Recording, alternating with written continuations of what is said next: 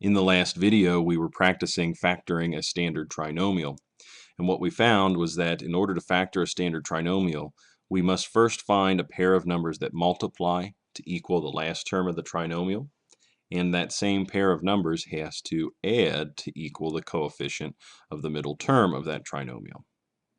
So the example we were looking at was x squared plus 8x plus 15.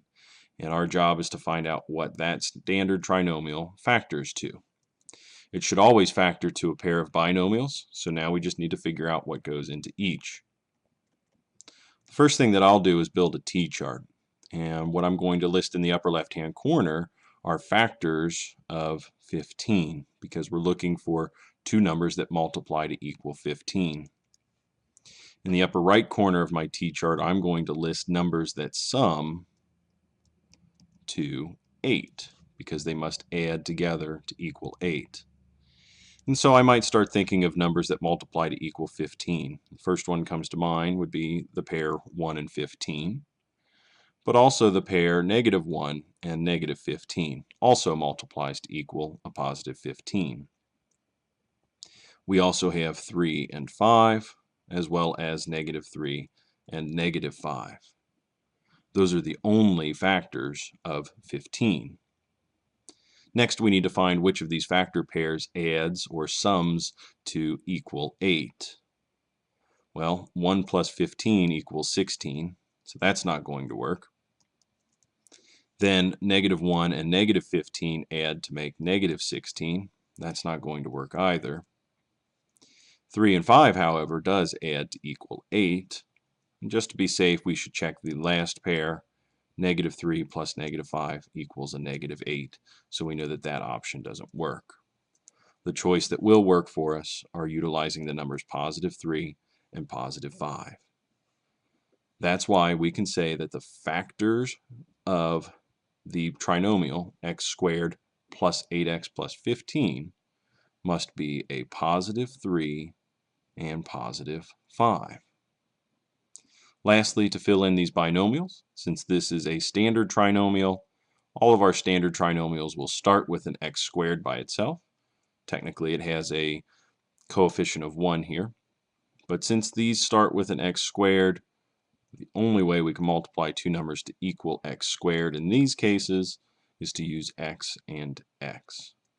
That, again, is how we can identify the solution to the factors of this trinomial.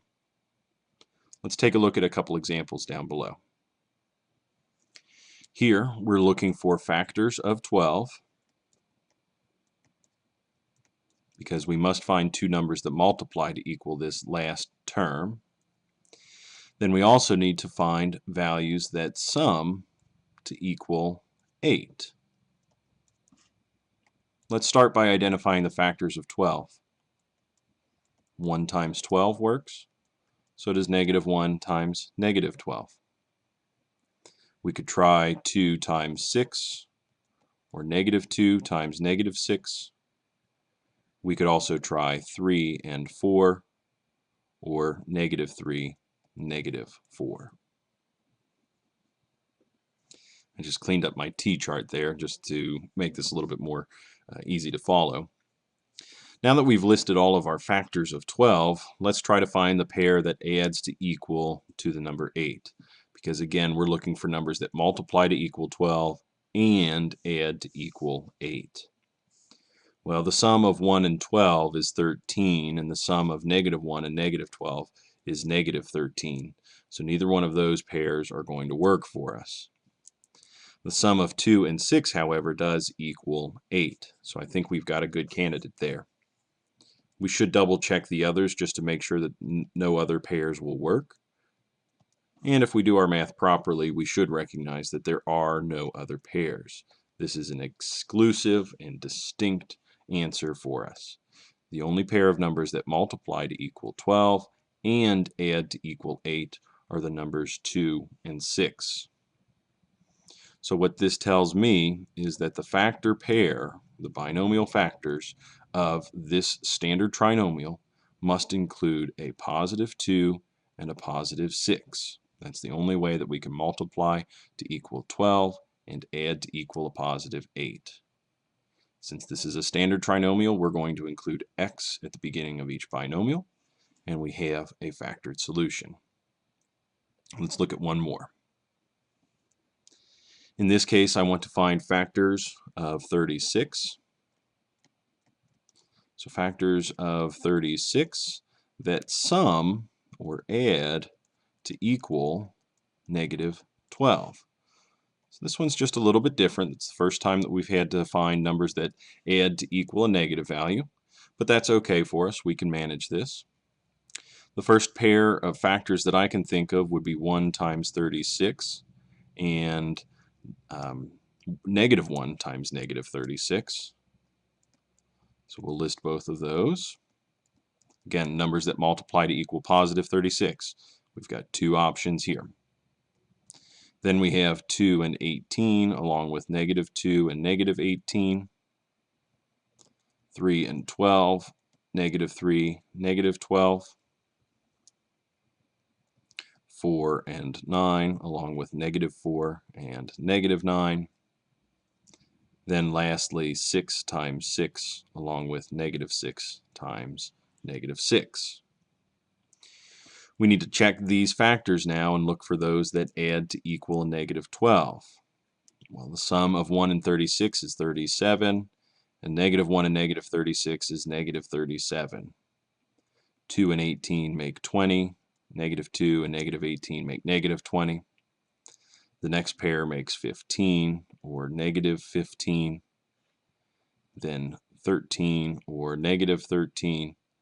And lastly 12 and negative 12. None of these pairs work except for a pair that we found towards the bottom of this list. That happens to be a positive 6 and another positive 6. So, in order to factor this trinomial, I must find a pair of binomials that have factors of positive 6 in each position. Since our leading term is a squared with a coefficient of 1, I know that a will go in both of these positions, and we have a factored solution. You may also notice that this could have been written as a plus 6 squared. It looks a little bit like a b, so let me fix that. This is a plus 6 squared, which is a squared binomial. And you will also remember that a squared binomial can only be a factored result of a perfect square trinomial, which we did indeed have. So this is another example that supports the work that we did last week. For our classwork today, it actually turns out to be a homework assignment rather than a classroom activity, is section 8.1, problems 1 through 6, and 21 through 24. Thank you.